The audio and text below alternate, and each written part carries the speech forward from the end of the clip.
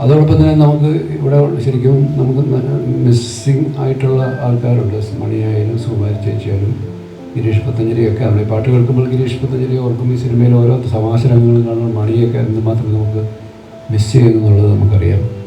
എനിക്ക് ഏറ്റവും വലിയ സങ്കടം മണിയുടെ മരണത്തിൽ ഞങ്ങൾക്ക് നാഷണൽ അവാർഡ് ആ സിനിമക്ക് കിട്ടുമായിരുന്നു.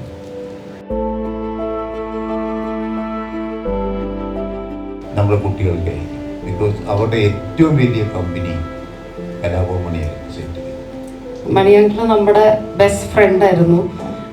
ആ മൂവിയിലുള്ള പോലെ തന്നെ എല്ലാ കാര്യത്തിലും നമുക്ക് മണിയങ്കിളായിരുന്നു ഫ്രണ്ടിൽ. ഷൂട്ട് കഴിഞ്ഞ് റൂമിലെത്തിയാലും നമ്മൾ പുള്ളിയുടെ റൂമിൽ പോവും. പുള്ളിയുടെ കൂടെ തന്നെ നമ്മളെല്ലാവരും കിടന്നുറങ്ങും.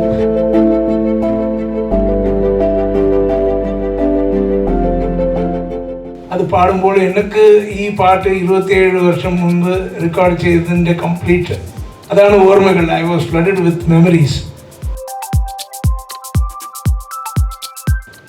ഇത് ഈ പാട്ട് മുഴുവൻ പടവും വന്നിട്ട് ലാസ്റ്റ് ക്ലൈമാക്സിൽ വരുമ്പോൾ ഈ പാട്ടിന് നമുക്ക് ഇത്തിരി ഉസിരോട് നമുക്ക് ഇന്നും ബെറ്ററായിട്ട് ഇന്നൊരു പാട്ട് വേണം. എപ്പോൾ വേണം? നാളെ വേണം.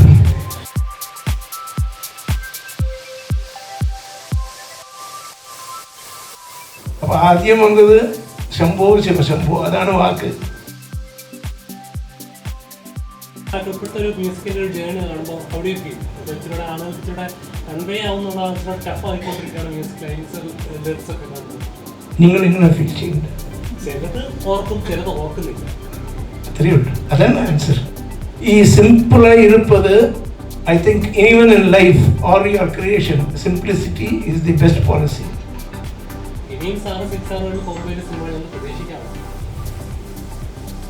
തീർച്ചയായിട്ടും പ്രതീക്ഷിക്കാം. അതിലെന്താണ് നിങ്ങൾ വേണ്ടെന്ന് വെച്ചോ?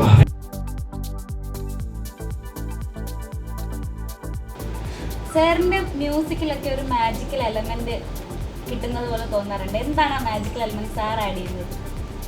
അത് ഞാൻ പറയാറില്ല.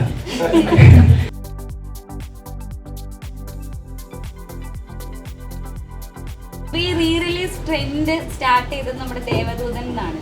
ഇപ്പം അതൊരു ട്രെൻഡായിട്ട് തന്നെ പൊക്കോണ്ടിരിക്കുകയാണ്. എങ്ങനെ തോന്നുന്നു അതിൻ്റെ ഒരു തുടക്കം കുറിച്ച ഒരാളെന്ന്? പണ്ട് ഞാൻ പാൻറ് ഇടുന്ന കാലത്ത് ബെൽ ബോട്ടം പാൻറ്, അപ്പോൾ അന്നത്തെ ഒരു ഫാഷൻ ബെൽ ബോട്ടനാണ്.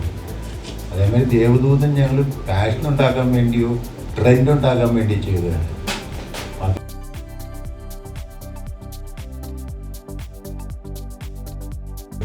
അവർ വളരെ എക്സൈറ്റഡ് ആണ്. അവർ ഈ സിനിമ റിലീസ് ചെയ്ത സമയത്ത് അവർക്ക് ഇതിൻ്റെ ഈ സിനിമയുടെ ഒരു വലിയ ധാരണയൊന്നുമില്ല. അവർ അഭിനയിച്ചു എന്നുള്ള പോലും അവർക്കറിയില്ല. അവരിങ്ങനെ അവിടെ കളിച്ച് നടന്ന കുട്ടികളാണ്. പിന്നെ ഈ കുട്ടികളൊക്കെ ഇവർ വളരെ എക്സൈറ്റഡ് ആണ്. ഇവരുടെ എക്സൈറ്റ്മെൻറ്റ് കാണുമ്പോഴാണ് ഞാൻ എടുത്തുകൊണ്ട് നടന്ന കുട്ടിയാണ് ഇത്. ഇപ്പോഴും ഇന്നൊരു ഫോട്ടോ കാണിച്ചത് ദെൻ അന്നാവും എന്ന് പറഞ്ഞിട്ട് അന്ന് ഞാൻ അവളെ എടുത്തുകൊണ്ട് നടക്കുന്ന ഫോട്ടോയിൽ ഇന്ന് ഞങ്ങൾ ഒരുമിച്ച് നിൽക്കുന്ന ഫോട്ടോയായിട്ട് അവളെ സോഷ്യൽ മീഡിയയിലൊക്കെ ഇടുന്നുണ്ട്. സാർ ഇന്ന് കണ്ടറിയാൻ കൂടുതൽ പ്രേക്ഷകർ ഒരേപോലെ ഇറങ്ങിയ എന്തുകൊണ്ട് സന്ദർഭത്തിൽ ഇറങ്ങിയില്ല എന്നാണ്. കാരണം എല്ലാ പ്രേക്ഷകർക്കും ഒരു എക്സൈറ്റ്മെന്റ് കൊണ്ടാവാൻ ചാൻസ് ഇല്ലാത്ത എന്തുകൊണ്ടില്ല. ശരിക്കും പ്ലാൻ ഉണ്ടായിരുന്നു? അല്ല, അങ്ങനെ ഒരു പ്ലാൻ ഇപ്പോഴും നമ്മൾ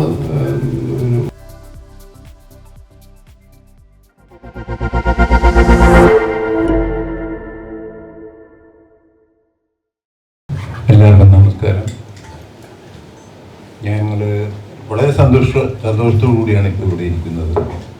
ദേവദൂതൻ എന്ന് പറഞ്ഞ സിനിമയുടെ റീമാസ്റ്ററിങ് കഴിഞ്ഞു. അത് റിലീസ് ചെയ്തു.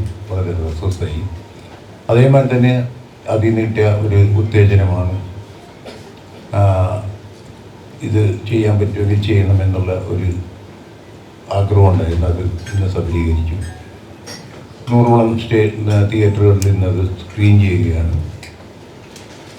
ഏറ്റവും കൂടുതൽ അപ്രീസിയേഷൻ ഞങ്ങൾക്ക് ഇപ്പോൾ തിയേറ്റർ സൈഡിൽ നിന്നാണെങ്കിലും പബ്ലിക്കിൻ്റെ സൈഡിൽ നിന്നാണെങ്കിലും കിട്ടുന്നത് 4K റെസൊല്യൂഷനിൽ അറ്റ്മോസ് സൗണ്ട് സിസ്റ്റത്തിൽ വിദ്യാജിയുടെ അന്ന് കേൾക്കാതിരുന്ന കുറേ സൗണ്ട്സ് റെക്കോർഡിങ്ങിലും സോങ്സിലൊക്കെ ആണെങ്കിൽ ഇന്നത് സ്റ്റീരിയോ ആയിട്ട് വന്നിരിക്കുന്നു.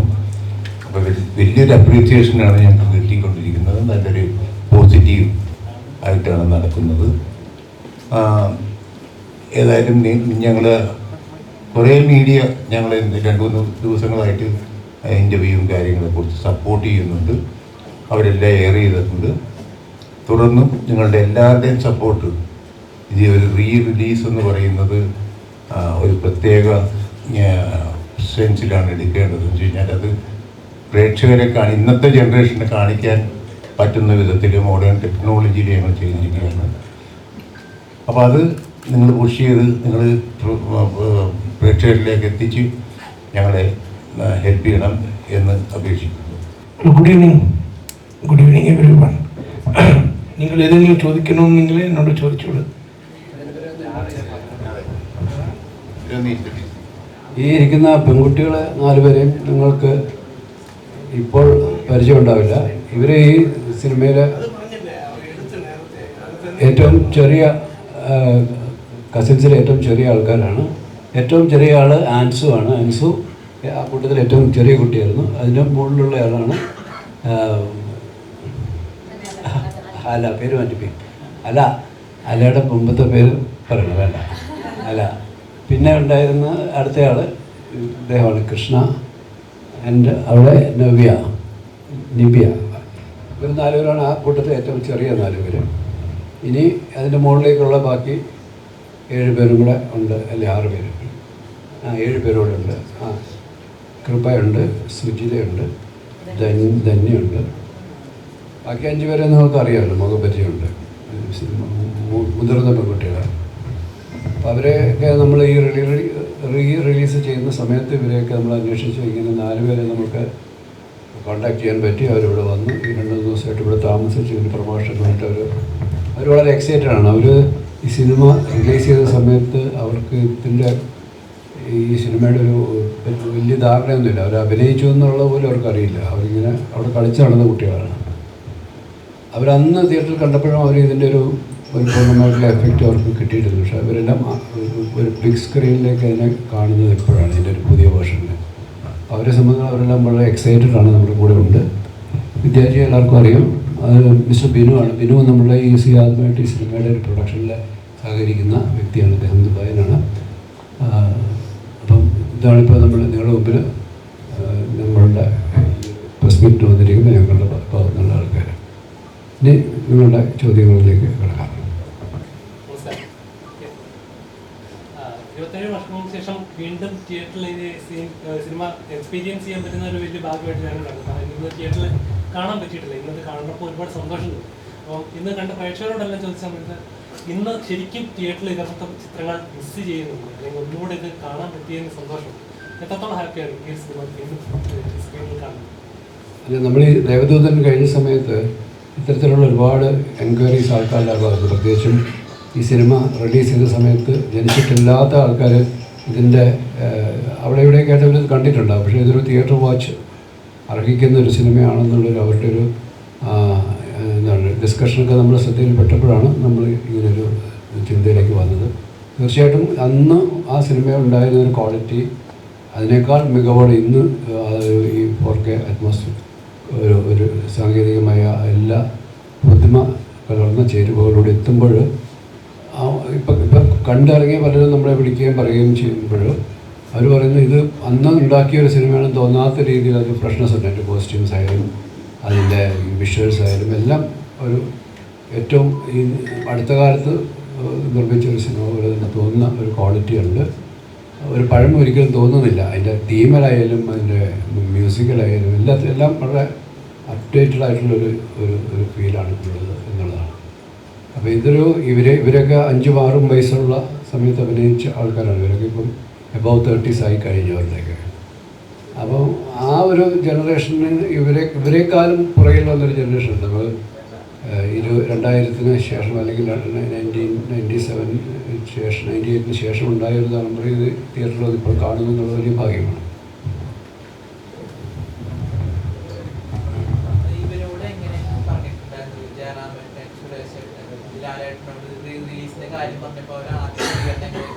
എല്ലാവരും വളരെ സന്തോഷത്തോടുകൂടി തന്നെയാണ് റെസ്പോണ്ട് ചെയ്തത്.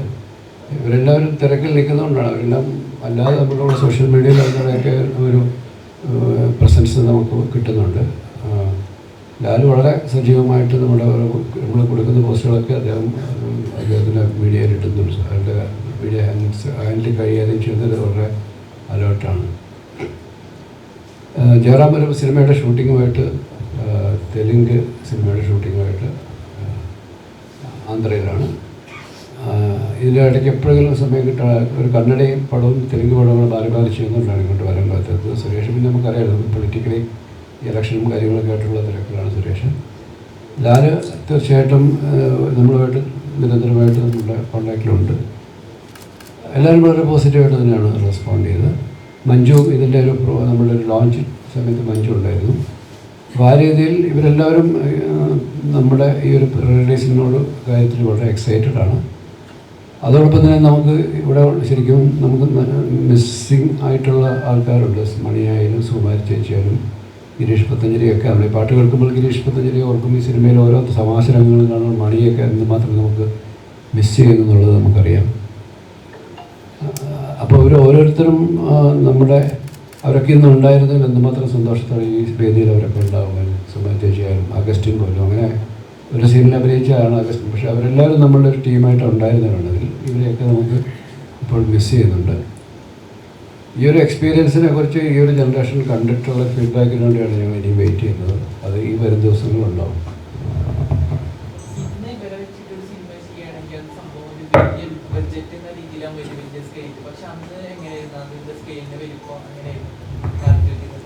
അല്ല, അതൊരു മീഡിയം ബഡ്ജറ്റായിരുന്നു. അതിന് വലിയൊരു എന്താത് ഒറ്റ ലൊക്കേഷനേ ഉള്ളൂ. നമ്മളെല്ലാവരും ഒരേ സ്ഥലത്ത് തന്നെ പോയി ഒരുമിച്ച് ഒരുമിച്ച് ഷൂട്ട് ചെയ്യണം. ഒരുപാട് ലൊക്കേഷൻ ഷിഫ്റ്റോ.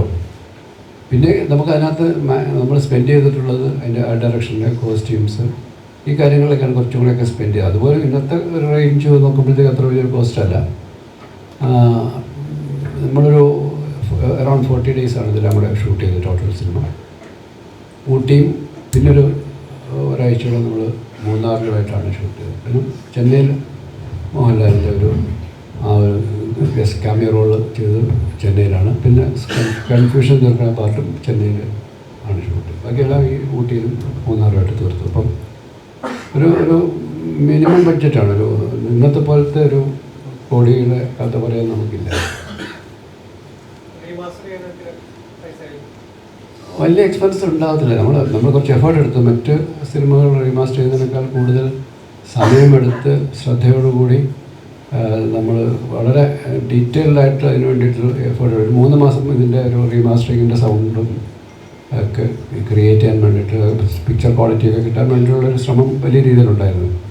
എന്നാലും അത്രയൊരു വലിയ ബഡ്ജറ്റൊന്നും അതിനകത്ത് വന്നിട്ടില്ല. സാർ, ഇന്ന് കണ്ടിറങ്ങിയാൽ കൂടുതൽ പ്രേക്ഷകർ ഒരേപോലെ ഇറങ്ങിയ എന്തുകൊണ്ട് സന്ദർഭം അദ്ദേഹം 2 ഇറങ്ങിയില്ല എന്നാണ്. കാരണം കണ്ട എല്ലാ പ്രേക്ഷകർക്കും ഒരു എക്സൈറ്റ്മെന്റ് ഉണ്ട്. ഒരു ഉണ്ടാവാൻ ചാൻസ് ഇല്ലാത്ത എന്തുകൊണ്ട് വന്നില്ല എന്ന് ശരിക്കും പ്ലാൻ ഉണ്ടായിരുന്നു. അല്ല, അങ്ങനെ ഒരു പ്ലാൻ ഇപ്പോഴും നമ്മൾ ഒഴിവാക്കിയിട്ടില്ല. അത് സാധ്യത ചിന്തിക്കുന്നുണ്ട്. ഇതിനേക്കാളും മുകളിൽ നിൽക്കുന്നൊരു കഥ പറഞ്ഞല്ലോ. കാരണം ഇത് ഇത്രമാത്രം സ്വീകരിക്കപ്പെട്ട് ആൾക്കാർ ആസ്വദിച്ച ഒരു സിനിമയുടെ 2ാം ഭാഗം എടുക്കുമ്പോൾ അത് വളരെ ശ്രദ്ധയോടെ ചെയ്യണം. ഇതിൻ്റെ മുകളിൽ നിൽക്കുന്നൊരു കഥ നമുക്ക് കിട്ടണം. അത് അങ്ങനെ ഒന്നും സംഭവിച്ചാൽ നമ്മളത് ചെയ്യും എന്നുള്ളതാണ് ഇപ്പോഴത്തെ ഒരു ചിന്ത. ഒരു ഫൈനൽ ഡിസിഷനിലേക്ക് എത്തിയിട്ടില്ല. അതുപോലെ മണിച്ചേട്ടൻ്റെ ഓരോ സീനുകൾ കാണുമ്പോൾ നമുക്ക് സ്ക്രീനിൽ ഒരുപാട് ഓർമ്മകളാണല്ലോ അദ്ദേഹം ചെയ്ത സമയത്ത്. അപ്പം സെറ്റിൽ ഉണ്ടായിരുന്ന സമയത്ത് അദ്ദേഹം ചെയ്തിരുന്നൊക്കെ അത് സ്ക്രിപ്റ്റിൽ ഉണ്ടായിരുന്ന അദ്ദേഹത്തിൻ്റെ തന്നെ കയ്യിൽ നിന്ന് അല്ല, അങ്ങനെയുണ്ട്. ഇംപ്രവൈസ് ചെയ്യാറുണ്ട്. അവരൊക്കെ ആ രീതിയിൽ ഇപ്പം മണിയായാലും ജയറാമായാലും നമ്മൾ എന്തെങ്കിലും കൊടുത്തു കഴിഞ്ഞാൽ അതിന്മേൽ അവരെന്തെങ്കിലും ഒരു കോൺട്രിബ്യൂഷൻ അവരുടേതായിട്ടുള്ള ഇംപ്രവൈസേഷൻ ചെയ്തിട്ട് നമ്മളുടെ പെർമിഷനോടുകൂടി അത് പെർഫോം ചെയ്യാറുണ്ട്. വീണ്ടും അങ്ങനെ പാട്ടുകൾ വലിയ സ്ക്രീനിൽ കേൾക്കുമ്പോൾ ഉണ്ടാകുന്ന ഒരു ഫീലിംഗ് ഉണ്ട്. ഓഡിയൻസ് എന്ന ലെവലിൽ ഉണ്ടാകുന്ന ഒരു ഫീലിംഗ് ഉണ്ടാകും. വലിയ സ്ക്രീനിൽ കേൾക്കുമ്പോൾ എങ്ങനെ ഉണ്ടായിരുന്നു ആ എക്സ്പീരിയൻസ്? വീണ്ടും പ്രേക്ഷകരിലേക്ക് തന്നെ ഞങ്ങളുടെ പാട്ടുകൾ എത്തുമ്പോൾ ഫീലിംഗ് എങ്ങനെ ഫീൽ ചെയ്യും? അത് ഞാൻ നേരത്തെ പറഞ്ഞതുപോലെ ഇന്ന് ആ തിയേറ്ററിൽ വെച്ച് ഈ പാട്ടുകളൊക്കെ അവർ ദേവദൂതൻ എന്ന ഗ്രൂപ്പ് അവർ ആ പാട്ടുകളൊക്കെ ഒരു മെഡ്ലി പോലെ പാടി. അത് പാടുമ്പോൾ എനിക്ക് ഈ പാട്ട് 27 വർഷം മുമ്പ് റെക്കോർഡ് ചെയ്തതിൻ്റെ കംപ്ലീറ്റ് അതാണ് ഓർമ്മകൾ. I was flooded with memories, such beautiful memories. ഗിരീഷോടൊപ്പം ഈ പാട്ടുകൾ ചെയ്തതും ലാസ്റ്റ് മിനിറ്റിൽ ഒരു നാൾ കൊണ്ട് ചെയ്തതാണ് കൺഫ്യൂഷൻ തീർക്കണമേ. സോ ആ പാട്ട് പാടുമ്പോൾ എനിക്ക് ഓർമ്മ വന്നത് അതാണ്. ഞാൻ നേരത്തെ ഒരു പാട്ട് ചെയ്ത് തന്നു. പിന്നെ അവർ ഷൂട്ടിങ് പോയിട്ട് ലാസ്റ്റ് മിനിറ്റിൽ വിളിച്ച് പറഞ്ഞതാണ്, വിജയജി ഇത് ഈ പാട്ട് മുഴുവൻ പടവും വന്നിട്ട് ലാസ്റ്റ് ക്ലൈമാക്സിൽ വരുമ്പോൾ ഈ പാട്ടിന് നമുക്ക് ഇത്തിരി ഉസിരോട് നമുക്ക് ഇന്നും ബെറ്ററായിട്ട് ഇന്നൊരു പാട്ട് വേണം. എപ്പോൾ വേണം? നാളെ വേണം. അപ്പോൾ നാളെ ഇങ്ങനെ കിട്ടണം. ഞാൻ വേറെ ഒരു തിരക്കിലാണ്, വേറെ ഒരു പണിയിലാണ് ഉണ്ടായിരുന്നു. അപ്പോൾ ഞാൻ പറഞ്ഞു, അപ്പോൾ എനിക്ക് ഗിരീഷിനെ അയക്കണം. അത് ഓൾറെഡി പറഞ്ഞിട്ടുണ്ട്. ഗിരീഷ് വന്നു, എത്തി. അപ്പോൾ ഈ പാട്ടിന് വേണ്ടി ഉള്ളത് എന്താണ് ഈ പാട്ടിന് ഒന്നും മനസ്സിലില്ല. പക്ഷേ ഓർക്കസ്ട്ര ഒക്കെ പറഞ്ഞിട്ട് കാലയിൽ 7 മണി തൊട്ട് ഓർക്കസ്ട്ര അവിടെ ഉണ്ട്. ഞങ്ങൾ ഇന്നും പാട്ട് കമ്പോസ് ചെയ്തുകൊണ്ടിരിക്കുകയാണ്. അപ്പോൾ ആദ്യം വന്നത് ശംഭോ ശിവശംഭോ, അതാണ് വാക്ക്. അപ്പോൾ ഞാൻ ഗിരീഷോട് പറഞ്ഞു, ഇതുകൊണ്ട് നമുക്ക് ഈ പാട്ട് ചെയ്യാം.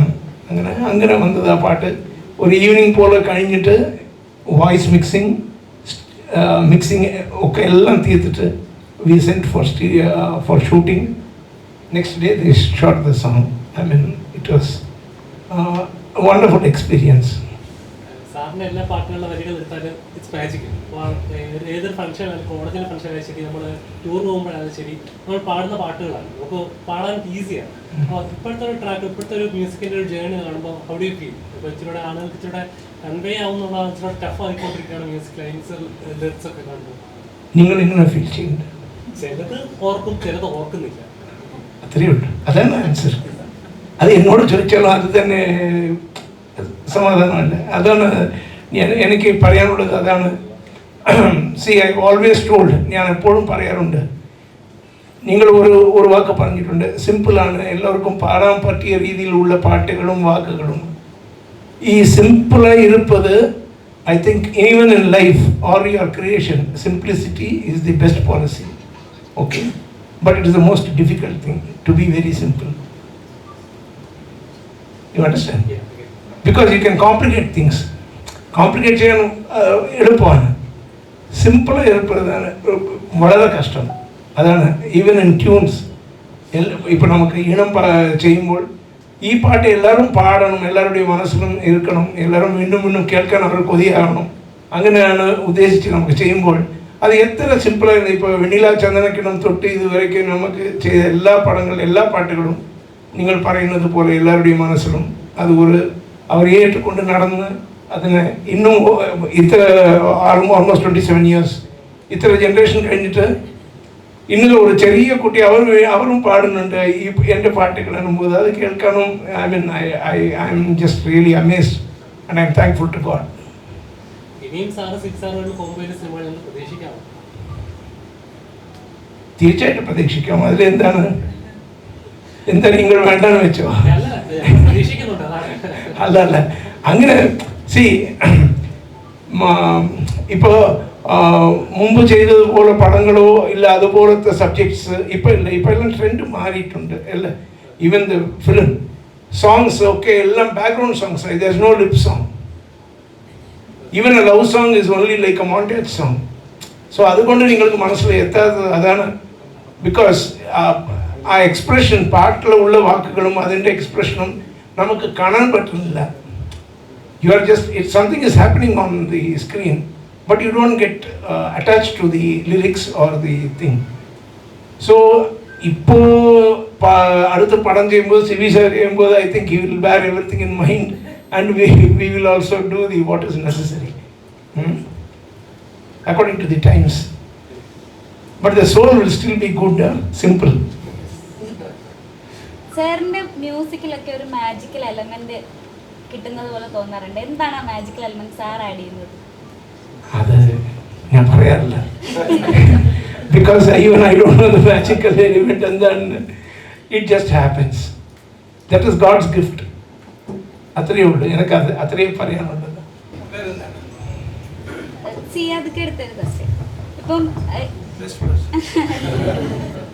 ഇപ്പം ഈ റീ റിലീസ് ട്രെൻഡ് സ്റ്റാർട്ട് ചെയ്തത് നമ്മുടെ ദേവദൂതൻ എന്നാണ്.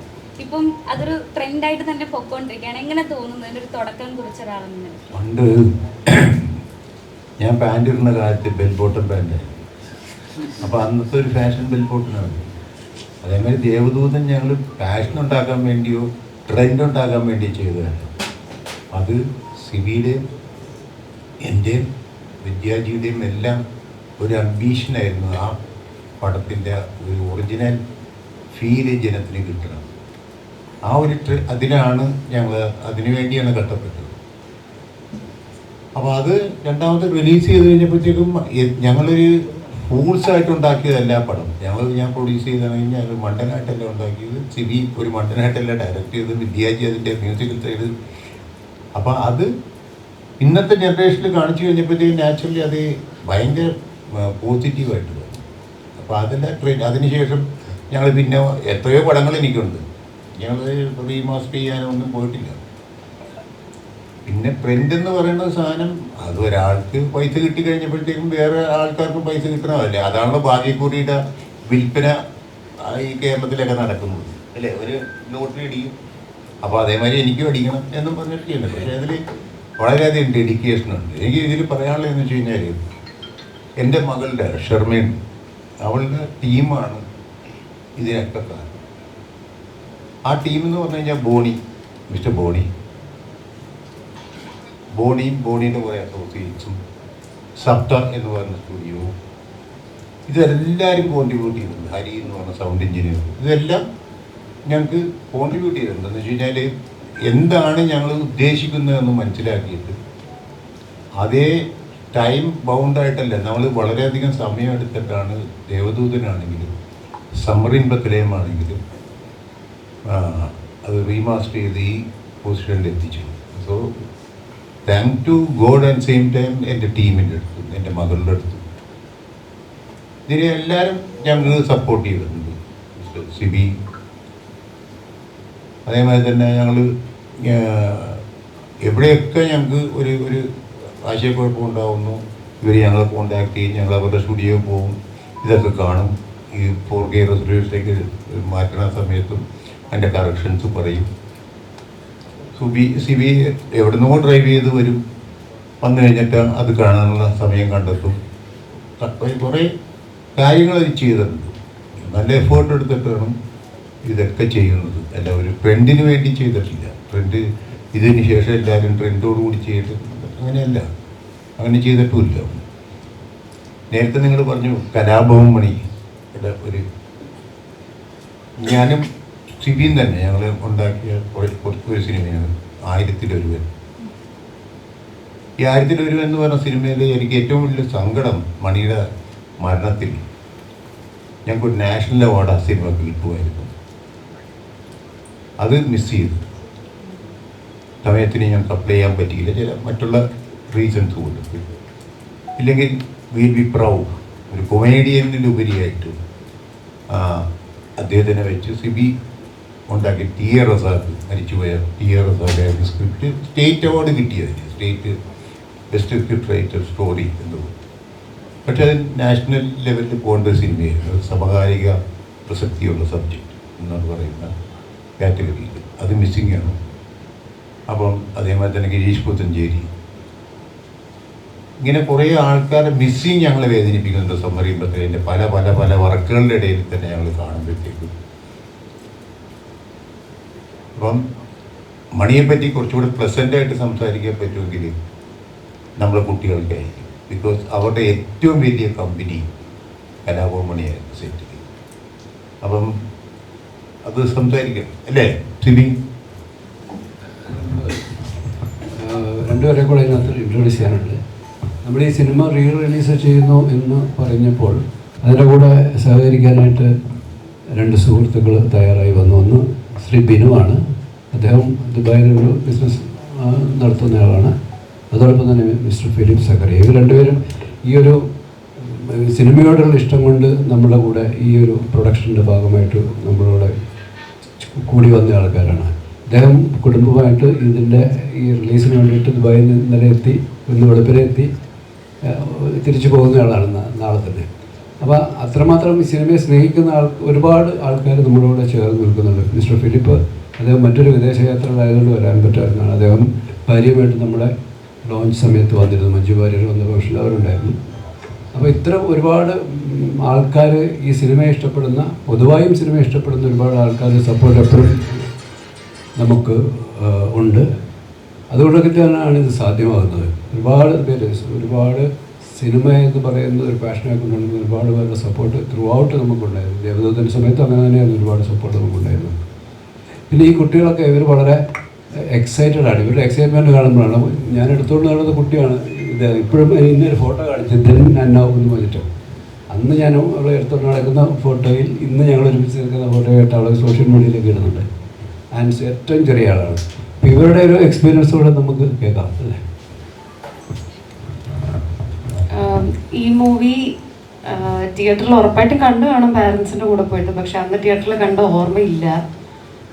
അതിന് ശേഷം ടി വിയിൽ ഒരുപാട് പ്രാവശ്യം കണ്ടിട്ടുണ്ട്. പിന്നെ നമ്മൾ ഇടയ്ക്കിടയ്ക്ക് ഇതിൻ്റെ കോമഡി സീൻസ് ഇങ്ങനെ എന്തായാലും ഇങ്ങനെ യൂട്യൂബിൽ ഉണ്ടാവും ഇടയ്ക്കിടയ്ക്ക്. ഒരു സ്ട്രെസ് ബസ്റ്ററാണ്.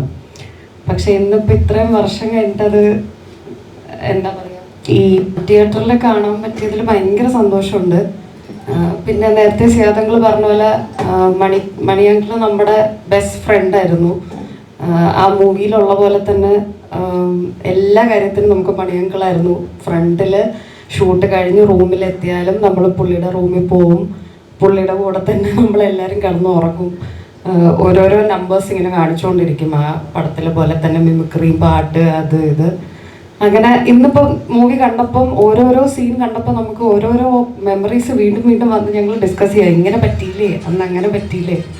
ഒരുപാട് സന്തോഷമുണ്ട്. ഇങ്ങനെ നമ്മൾ സ്വപ്നത്തിൽ പോലും വിചാരിക്കാത്തൊരു കാര്യം നടന്നതിൽ ഒരുപാട് സന്തോഷമുണ്ട്. Thank you. എന്താ പറയുക, 27 വർഷങ്ങൾക്ക് ശേഷം ഞങ്ങൾക്ക് റീ റിലീസ്, അതും ഞങ്ങളുടെ favourite movie summer in Bethlehem, അത് ഒരു വിഷ്വൽ ട്രീറ്റാണ്. അപ്പം ഞങ്ങൾക്ക് ഈ ഗ്യാങ്ങിൻ്റെ കൂടെ കാണാൻ പറ്റിയാൽ വളരെ സന്തോഷം. ഇതൊന്നും ഒരിക്കലും എക്സ്പെക്ട് ചെയ്തൊരു കാര്യമല്ല. അത് സത്യമായാലൊരു വളരെ എന്താ പറയുന്നത്, വളരെ ത്രില്ഡാണ് ഞങ്ങളെല്ലാവരും. പിന്നെ ഞങ്ങളെല്ലാവരും ഓൺ ആൻഡ് ഓഫ് സ്ക്രീൻ നടന്ന മെമ്മറീസൊക്കെ ഷെയർ ചെയ്യുമായിരുന്നു തിയേറ്ററിലിരുന്നുകൊണ്ട്. പിന്നെ മണിച്ചേട്ടനെ ഒത്തിരി അധികം മിസ് ചെയ്യുന്നുണ്ട്. സുകുമാരി അമ്മ, മയൂരി ചേച്ചി, അഗസ്റ്റിൻ സാർ. പിന്നെന്താ പറയുക, അവിടുത്തെ വെക്കേഷൻ ഞങ്ങൾ നേരത്തെയൊക്കെ പറഞ്ഞിട്ടുണ്ട്, വെക്കേഷൻ മോഡായിരുന്നു ഞങ്ങളുടെ ബോണ്ടിങ്, ഞങ്ങളുടെ പാരൻസിൻ്റെ ബോണ്ടിങ്. അവിടെ ലൈക്ക് ഒരു വലിയ ഫാമിലി ആയിരുന്നു. ഒരു calm atmosphere, calm place, calm cast and crew, എല്ലാം ഭയങ്കര എന്താ പറയുന്നത്, എല്ലാവർക്കും സ്നേഹം, നല്ലൊരു സ്നേഹമുള്ള മൂവിയായിട്ട് തന്നെ അത് ഔട്ട്പുട്ട് കിട്ടി. പിന്നെ എസ്പെഷ്യലി സോങ്സ് നിങ്ങൾക്ക് പറയേണ്ട ആവശ്യമില്ലല്ലോ. സോങ്സൊക്കെ ഞങ്ങൾ ആ ഓരോ ബീറ്റും ഞങ്ങൾ ഭയങ്കര ആസ്വദിച്ചാണ് ഇരുന്ന് കണ്ടത്. അന്നൊക്കെ വളരെ ചെറുതായിരുന്നല്ലോ, അതൊന്നും അത്ര എൻജോയ് ചെയ്യാൻ പറ്റിയില്ല. ഇത് പ്ലേലിസ്റ്റിൽ എപ്പോഴും റിപ്പീറ്റഡ് വാച്ച് ആയിട്ടുള്ള മൂവിയാണ്. എങ്കിലും ബിഗ് സ്ക്രീനിൽ ഒന്നുകൂടെ 4K ഡോൾബി അറ്റ്മോസിൽ റീവാച്ച് ചെയ്തപ്പോൾ വളരെ വളരെ എന്താ പറയുന്നത്, അതിൻ്റെ എക്സ്ട്രീം ഹാപ്പിനെസ്സിലാണ് ഞങ്ങൾ. പിന്നെ ഇതിൻ്റെ ബാക്ക്ഗ്രൗണ്ട് കോഴ്സ് എടുത്തു പറയണം. ആ ബാക്ക്ഗ്രൗണ്ട് കോഴ്സ് നമുക്കതിൻ്റെ ഫീൽ കിട്ടണമെങ്കിൽ തിയേറ്ററിൽ തന്നെ പോയിട്ട് അത് എക്സ്പീരിയൻസ് ചെയ്യണം. സോ ആരും മിസ് ചെയ്യരുത്. Yeah, very much happy. നമസ്കാരം. താങ്ക് യു സോ മച്ച് എല്ലാവരും നിങ്ങൾ വന്നതിന്. It's a privilege to share the stage with ഇത്രയും എമിനൻ്റ് ആയിട്ടുള്ള personalities from the industry. And ഒട്ടും ആൻസും കൃഷ്ണയും പറഞ്ഞ മാതിരി പ്രതീക്ഷിച്ചതേ അല്ല. ആ ടൈമിൽ ഞങ്ങൾ കളിച്ചുകൊണ്ടിരിക്കുകയായിരുന്നു. അഭിനയിക്കണേക്കാട്ടിലും കൂടുതൽ ഞങ്ങളുടെ സെറ്റിലൊരു 1.5 months ഞങ്ങൾക്ക് സമ്മർ വെക്കേഷൻ തന്നെയായിരുന്നു. ആൻഡ് ഞാൻ പ്ലേബാക്ക് സിംഗറാണ്. സോ എനിക്ക് മ്യൂസിക് ഉള്ളിൽ എനിക്ക് തന്നത് എനിക്ക് വിദ്യാർത്ഥിയുടെ പാട്ടുകൾ ആ സെറ്റിൽ കുറേ കേട്ടിട്ടാണ് എനിക്ക് എലിമെൻറ്റ്സ് തന്നെ വന്നത്. So to be sharing a stage with him and to be singing 2 lines with him itself is like, I think God has been very very kind to me. So yeah, thank you so much everyone. I hope ഞങ്ങൾ അത്ര excited ആയിട്ട് കണ്ടമാതിരി തന്നെ നിങ്ങൾക്കും enjoy ചെയ്യാൻ പറ്റട്ടെ movie. Thank you. വളരെ സന്തോഷത്തോടെയാണ് ഇവിടെ ഇരിക്കുന്നത്. ഇപ്പോൾ അവർ പറഞ്ഞ പോലെ തന്നെയാണ് എനിക്കും എല്ലാം പറയാനുള്ളത്. പിന്നെ എനിക്ക് കുറച്ച് കൂടുതൽ പറയാനുള്ളത്, എൻ്റെ മോൾ ഇന്ന് ആ പടം എൻജോയ് ചെയ്തതില്ലേ, ഞാൻ ശരിക്കും വണ്ടറടിച്ചിരിക്കുമായിരുന്നു. എല്ലാ കോമഡിയും അവൾ ആന്ന് പറഞ്ഞ് മനസ്സറിഞ്ഞ് ചിരിക്കണം കണ്ടിട്ട് ഒരിക്കലും ഒരു അമ്മ എന്നുള്ള നിലയിലും അതിൽ അഭിനയിച്ചൊരു കുട്ടി എന്നുള്ള നിലയിലും എനിക്ക് ഭയങ്കര സന്തോഷമായിരുന്നു. ലാലേട്ടനൊക്കെ വന്നപ്പോൾ ലാലേട്ടനോ എന്ന് പറഞ്ഞിട്ടാണ് അവൾ ലാലേട്ടനെ വെൽക്കം ചെയ്തത്. അവളും കൈയടിക്കുന്നുണ്ടായിരുന്നു. അപ്പോൾ അത് പ്രായം, അവൾ 2018 കിഡാണ്. അപ്പോൾ നമ്മുടെ മൂവിക്ക് പ്രായമില്ല. എല്ലാ പ്രേക്ഷകർക്കും നല്ലതുപോലെ എൻജോയ് ചെയ്യാൻ പറ്റും. Thank you.